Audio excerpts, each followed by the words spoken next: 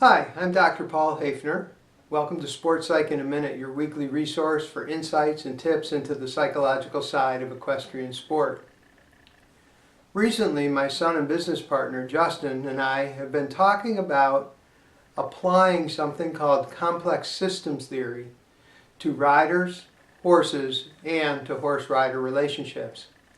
Now, I am not going to sit today and go through all the nitty-gritty details of complex systems theory, but I did want to share with you a couple of ideas that I think can be really helpful to us as riders and helpful to us in our relationships with our horses.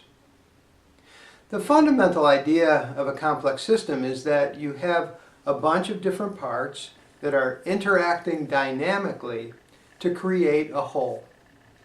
So if we think of ourselves, we have a nervous system, a musculoskeletal system, we think, we feel, we have sensory systems, we have relationships with objects and with other people.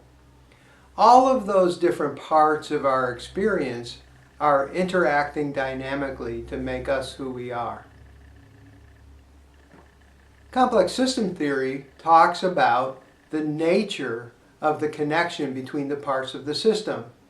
And when there is an open flow and exchange of energy and information between all the different parts of the system is said to be functioning well. What do I mean by well? The system is functioning in a way that it is flexible and adaptable to changes in circumstances or situations in the outside world. It is cohesive and maintains a sense of integrity or identity, that it is energized, that it's active and actively engaged in the world around it, and then finally, that it's stable over time. So the flow, open and free flow of an exchange of energy and information between parts of the system contribute to the system functioning well. Question then is, what happens when one of those pathways is restricted, or that flow or exchange of energy and information gets shut down? What complex systems theory predicts is that when that happens, one of two things is going to happen to the system. It's either going to get rigid or it's going to get chaotic. What I've been thinking about is that most of the issues or problems that I have with my horses, and many that I work with people around, fall into one of those two categories, or it's some mix of the two. Let me give you some examples. I tend to get up in my head. So if I'm in a situation where I'm analyzing things, or perhaps overanalyzing things, or let's say I get caught in one of those negative self-judging thinking loops, what happens for me is that I get so caught up in that part of the system, complex system that is myself, a lot of the other systems get pushed to the background, and I'm not even aware of them or thinking about them. That the connection between, let's say, my thinking self and my physical self is choked down in such a way. And for me, what that means then is I end up often being really tense. And that tension, whether it be in my arms or my legs or my seat or my back or my shoulders, those kinds of things then interfere with the process of communication between me and my horse. A different example would be emotions. Think about a time when you've had a really, really strong emotion, maybe anxiety or panic or fear.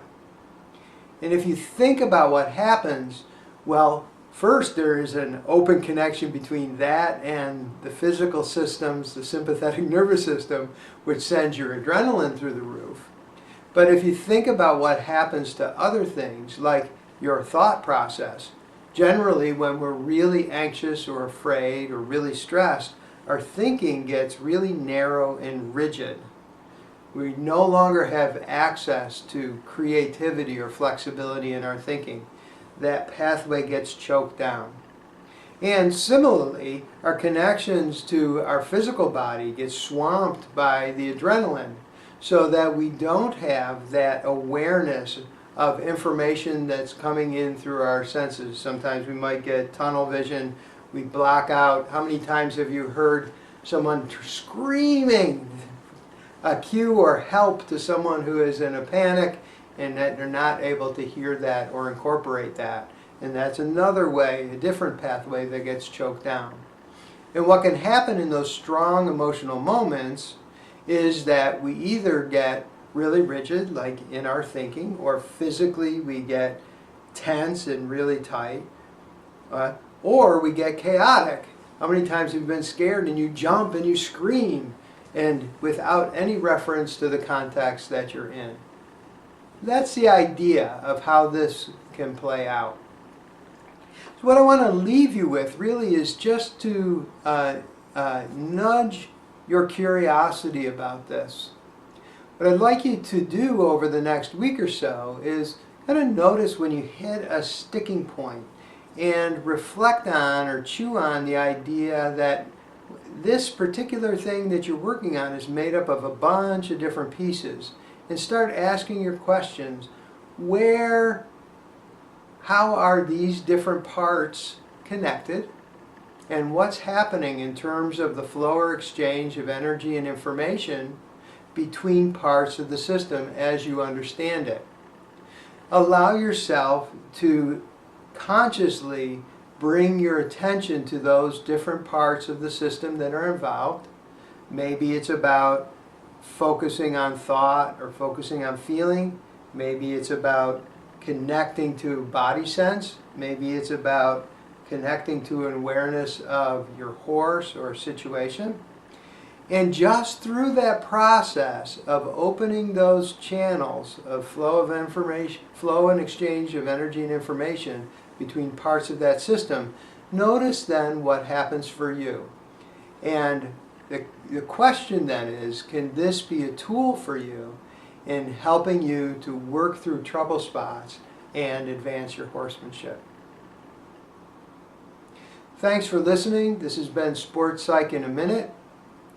Please, if this is something that you find interesting, thought-provoking, provocative, share with your friends. You can always leave a comment or question below. Find us on Facebook, find us on YouTube, and find us on our website, ridingfar.com. I'll see you next week.